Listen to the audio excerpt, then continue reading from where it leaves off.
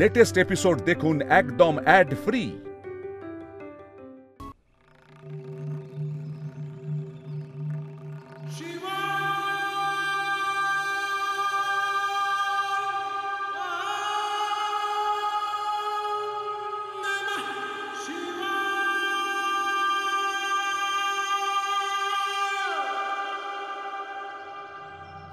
দারুকা,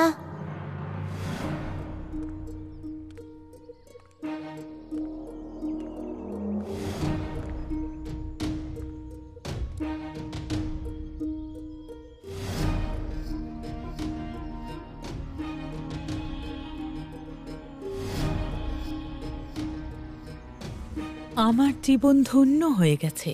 প্রভু আমার কুটিরে এসেছেন।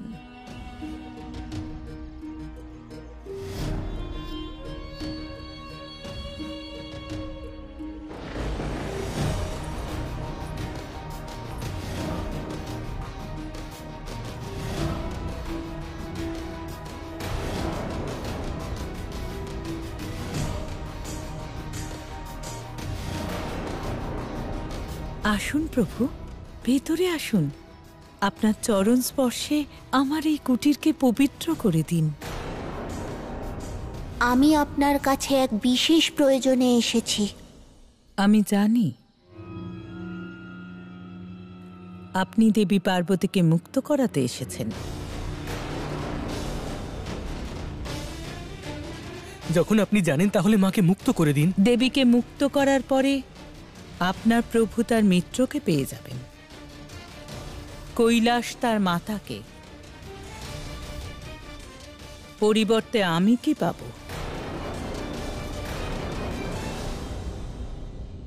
সৎ কার্যের পুণ্য। সৎ কার্যের পুণ্যে আমার কি লাভ হবে প্রভু? যে লাভ আমার দেবী আদিশক্তি এখানে থাকার কারণে হচ্ছে। তৃপ্তি, অতৃপ্তি, প্রত্যক্ষ অপ্রত্যক্ষ আমার সমস্ত ইচ্ছা পূরণ হচ্ছে। তাহলে কেন আমি মুক্ত করব? কারণ আপনি মাকে ছলনার বন্ধনে আবদ্ধ করেছেন।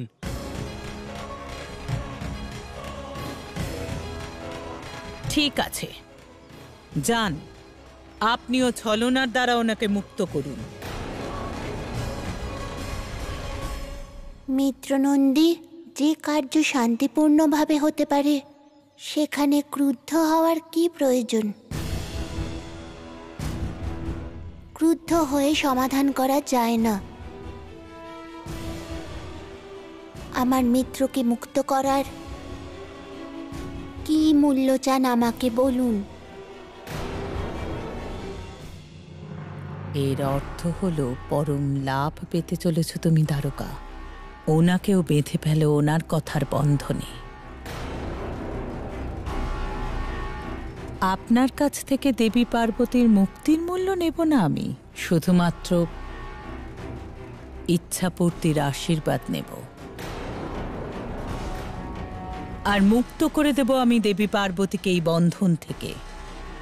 ঠিক আছে, আমি আপনার ইচ্ছা পূরণ করব। এবার আপনি ওনাকে মুক্ত করে দিন। এইভাবে নয় প্রভু, আপনি প্রতিজ্ঞা করুন। এইভাবে বলুন, আমি তোমায় কথা দিচ্ছি তোমার সমস্ত ইচ্ছে পূরণ করব।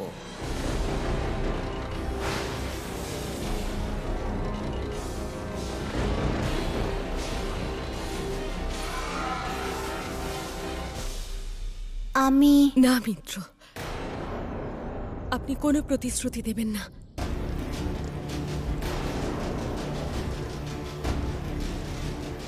এই প্রতিশ্রুতি আপনার মুক্তির জন্য। এই প্রতিশ্রুতি আমার মুক্তির জন্য নয়, ষড়যন্ত্রের বন্ধনে আপনাকে আবদ্ধ করার জন্য।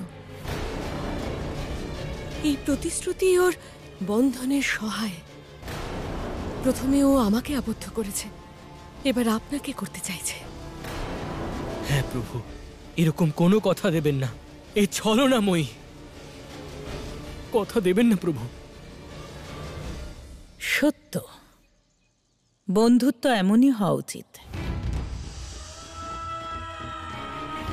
ভোলানাথ, আপনি ওনার পরামর্শ শুনুন, আর আপনার এই মিত্রকে সারা জীবনের জন্য আমার দাসী রূপে এখানেই রেখে চলে যান।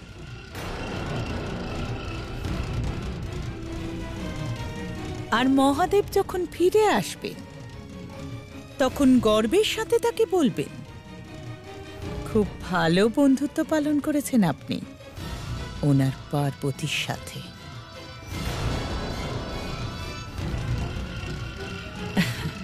একটি মাত্র কথা রাখতে পারলেন না বন্ধুত্বের জন্য? সাবধান মিত্র, এটা ওর ভয়ঙ্কর ষড়যন্ত্র। ওর কথা আপনি বিশ্বাস করবেন না।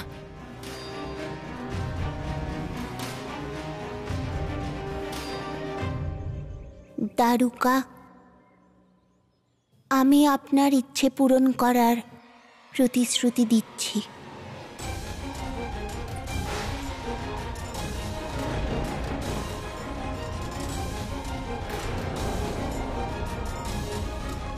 এ কি অনর্থ করলেন মহাদেব?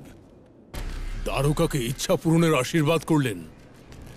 আশীর্বাদ দেবার আগে একবারও ভাবলেন না যে এর পরিণাম কত ভয়ঙ্কর হতে পারে? কে জানে ও আবার কি চেয়ে বসবে। ও যদি ইন্দ্রলোক দাবি করে বসে তাহলে? তাহলে এটা নিশ্চিত ইন্দ্রদেব, দেবতাদের লুকোনোর জন্য কোনো স্থান পাওয়া যাবে না। আমাদের কি হবে সেটা গুরুত্বপূর্ণ নয়। আসল কথা হলো দেবী পার্বতীর কি হবে, যার জন্য উনি প্রতিজ্ঞা করেছেন। চিন্তা তো আমার এই কথা ভেবে হচ্ছে যে দারুকা দেবী পার্বতীর সঙ্গে মহাদেবকেও না বন্দী করে নেয়। যদি এমন হয় তাহলে কি হবে দেবরাজ? অগ্নিদেব, আমি তো এক ভয়ঙ্কর সংকটের আগমন বার্তা শুনতে পাচ্ছি। আপনার কি ইচ্ছা বলুন দারুকা।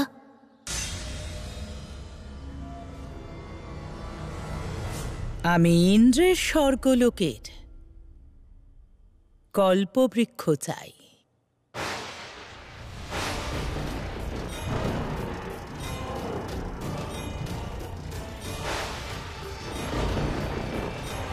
দারুকা, তুমি জানো তুমি কি চাইছো? আপনার মুক্তির মূল্য চাইছি আমি দেবী পার্বতী, মাত্র একটা বৃক্ষ। সঠিক বললাম তো প্রভু? শুধু কর্মই নয়, ইচ্ছারও কুফল পাওয়া যায়। তুমি তোমার কথা ফিরিয়ে নাও, কুপরিণামের প্রভাব থেকে রক্ষা পাবে। ক্ষমা করবেন দেবী পার্বতী, না আমি আমার কথা ফিরিয়ে নেব, আর না আপনার মিত্র তার কথা ফিরিয়ে নেবেন। এইটা তো শুভ সংবাদ। যদি অসুরা কল্পবৃক্ষ পেয়ে যায় তাহলে আমাদের জন্য কিছুই অসম্ভব হবে না। মুহূর্তের মধ্যে ত্রিলোকে অসুর সাম্রাজ্য স্থাপিত হবে। দাদা, দাদা,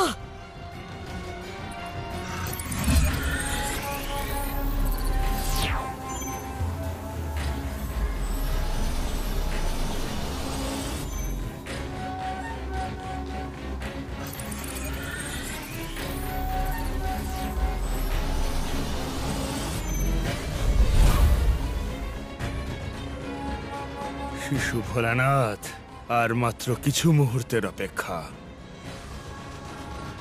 আমার নির্মিত চক্রব্যূহে তুমি অবশ্যই বাধা পড়বে।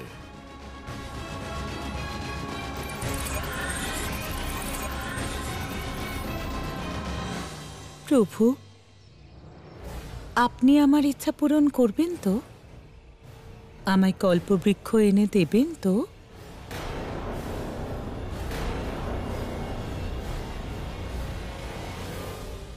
না মিত্র, আপনি ওর ইচ্ছা পূরণ করবেন না।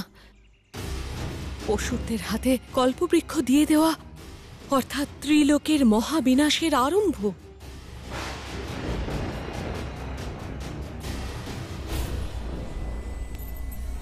সেই জন্য সেজন্য আপনি আপনার কথা ফিরিয়ে নিন। আপনার মিত্র বলছে। আপনি ওনাকে ব্যর্থই আটকানোর চেষ্টা করছেন দেবী পার্বতী।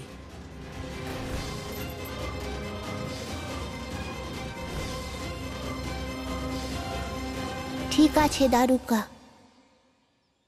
আমি আমার মিত্রের মুক্তির মূল্য দেব আপনাকে, এনে দেব কল্পবৃক্ষ।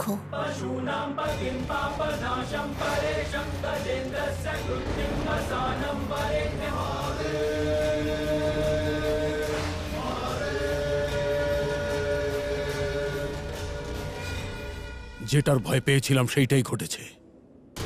আমি বলেছিলাম না কোনো সংকট আসছে, এসে গেছে সংকট। ওই রাক্ষসী কল্পবৃক্ষ চেয়ে বসেছে। প্রভু, আর কত প্রতীক্ষা করব? যান, নিয়ে আসুন কল্পবৃক্ষ, আর নিয়ে যান আপনার মিত্র দেবী পার্বতীকে। না মিত্র, আপনি কল্পবৃক্ষ নিয়ে আসবেন না। আপনি ওর ইচ্ছা পূরণ করবেন না। ওই কল্পবৃক্ষ কোনো সামান্য বৃক্ষ নয়, সমুদ্র মন্থন থেকে নির্গত 14 রত্নের অন্যতম। এ এক দৈব অলৌকিক বৃক্ষ, আমাদের প্রত্যেক ইচ্ছেকে পূরণ করে। একে কোনো অশুভ শক্তির হাতে দিয়ে দেওয়া বিধ্বংসীকারী হতে পারে, কারণ কল্পবৃক্ষ ভালো মন্দের বিভেদ করতে পারে না মিত্র।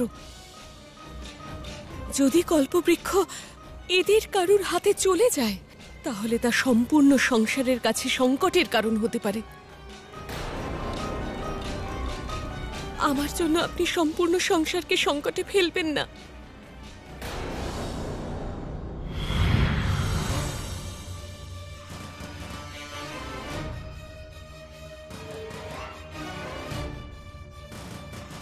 দেবী পার্বতী সঠিক বলছেন।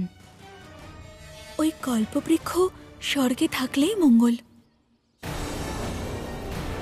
আদিশক্তি হওয়ার কারণে কল্পবৃক্ষকে রক্ষার দায়িত্ব এখন তোমার, পার্বতী।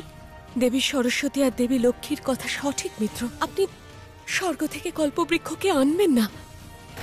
আপনি আপনার কথা ফিরিয়ে নিন। আমি মুক্ত হতে চাই না মিত্র। আমি মেনে নিতে পারবো না যে একমাত্র আমার জন্য সম্পূর্ণ সংসার বিপদে পড়ুক। আমি এখানে থাকবো মিত্র, চিরকালের জন্য। না মিত্র, এ সম্ভব নয়। আরও একটা উপায় আছে আমার কাছে, ইচ্ছা পরিবর্তনের। যদি আপনারা সবাই জানত।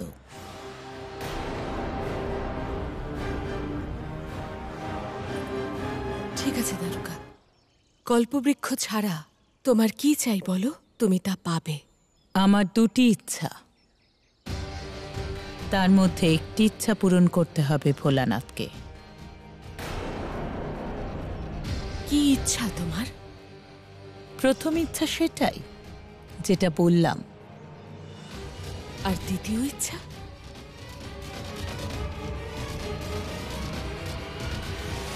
এটাই যে ভোলানাথকে আপনার সাথে থাকতে হবে সর্বদা আমার কাছে।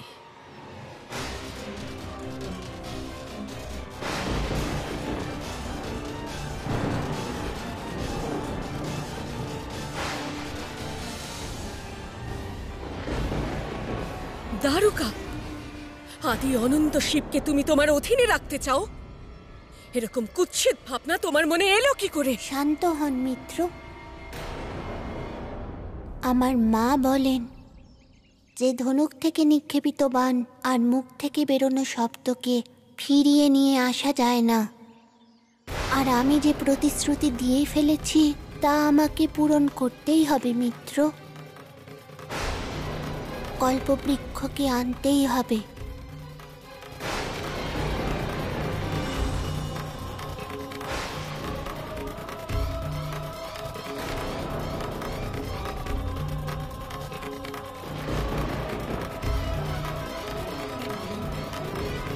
চক্রব্যূহ নির্মাণ হওয়া মাত্রই পৃথিবীতে তা স্থাপিত হবে।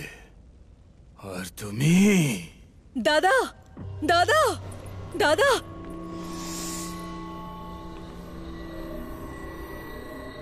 দাদা, শিশু ভোলানাথ দারুকাকে কথা দিয়েছে যে পার্বতীকে মুক্ত করার বদলে ও কল্পবৃক্ষ এনে দেবে। কি শিশু ভোলানাথ কল্পবৃক্ষ নিয়ে আসার কথা দিয়েছে? হ্যাঁ মা। তার অর্থ হলো মা, সমুদ্র মন্থনে পাওয়া সেই অনুপম রত্ন দেবতারা নিজেদের কাছে রেখে দিয়েছিল। এবার তাতে অসুরদের অধিকার হবে, আমার অধিকার হবে। কিন্তু দারুকা, শিশু ভোলানাথ কোনোভাবে যদি দারুকার কাছ থেকে কল্পবৃক্ষ নিয়ে নেয়? অসম্ভব মা, অসম্ভব। ফিরিয়ে নেবে কি করে মা? কল্পবৃক্ষ আনতেই আমরা ওটা ছিনিয়ে নেব আর দারুকার হত্যা করব। অশুভ কথা বলো না অজমুখী, অশুভ কথা বলো না। এখানে ছিনিয়ে নেবার কোনো প্রশ্নই ওঠে না, কারণ ততক্ষণে আমার নির্মাণাধীন চক্রব্যূহ সম্পূর্ণ নির্মিত হয়ে যাবে। আর ওই চক্রব্যূহই ওই কল্পবৃক্ষকে বেঁধে রাখবে, অন্যত্র আর কোথাও যেতে দেবে না।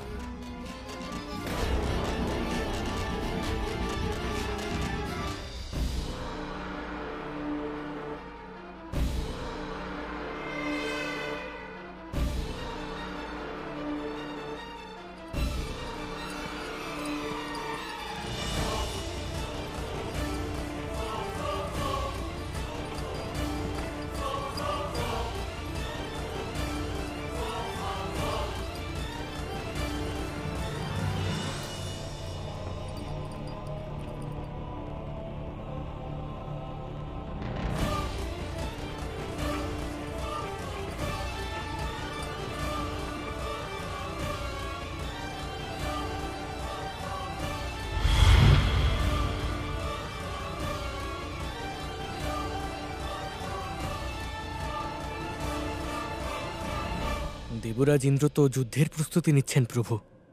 আমার মনে হয় না উনি এত সহজে আমাদের কল্পবৃক্ষ নিয়ে যেতে দেবেন।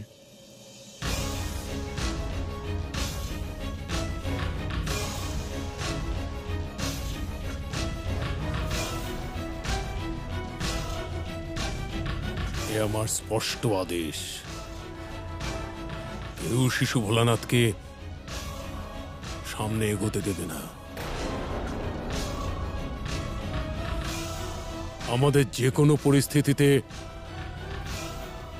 কল্পবৃক্ষকে স্বর্গের বাইরে যেতে দেওয়া যাবে না।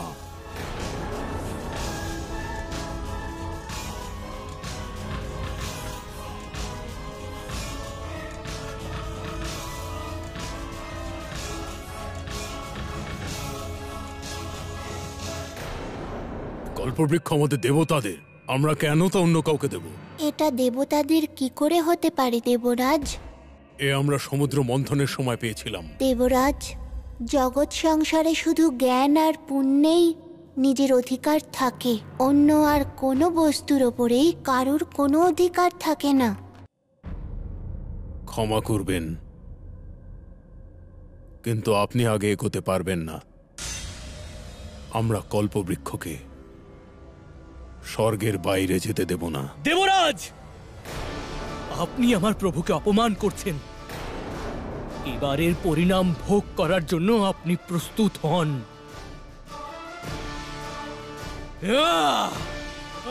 মিত্রনন্দী, যুদ্ধ সবসময় অন্তিম বিকল্প হওয়া উচিত। আপনি শান্ত হন।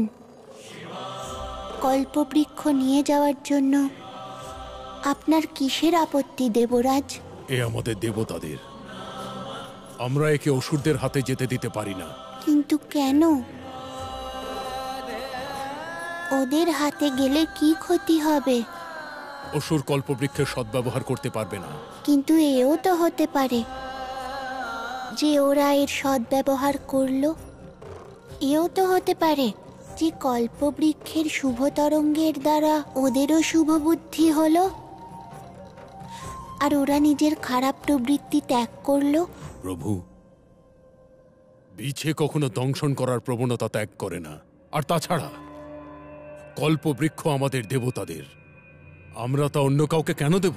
এই বৃক্ষ দেবতাদের কি করে হলো দেবরাজ? আপনারা কি এটা বানিয়েছেন? না, এ আমরা সমুদ্র মন্থনের সময় পেয়েছিলাম। দেবরাজ, জগৎ সংসারে শুধু জ্ঞান আর পুণ্যেই নিজের অধিকার থাকে, অন্য আর কোনো বস্তুর ওপরেই কারোর কোনো অধিকার থাকে না। আজ যা আপনার, কাল তা অন্যের হবে, এটাই শাশ্বত নিয়ম। সবকিছুই পরিবর্তনশীল, তাই আমায় এই কল্পবৃক্ষকে নিয়ে যেতে দিন।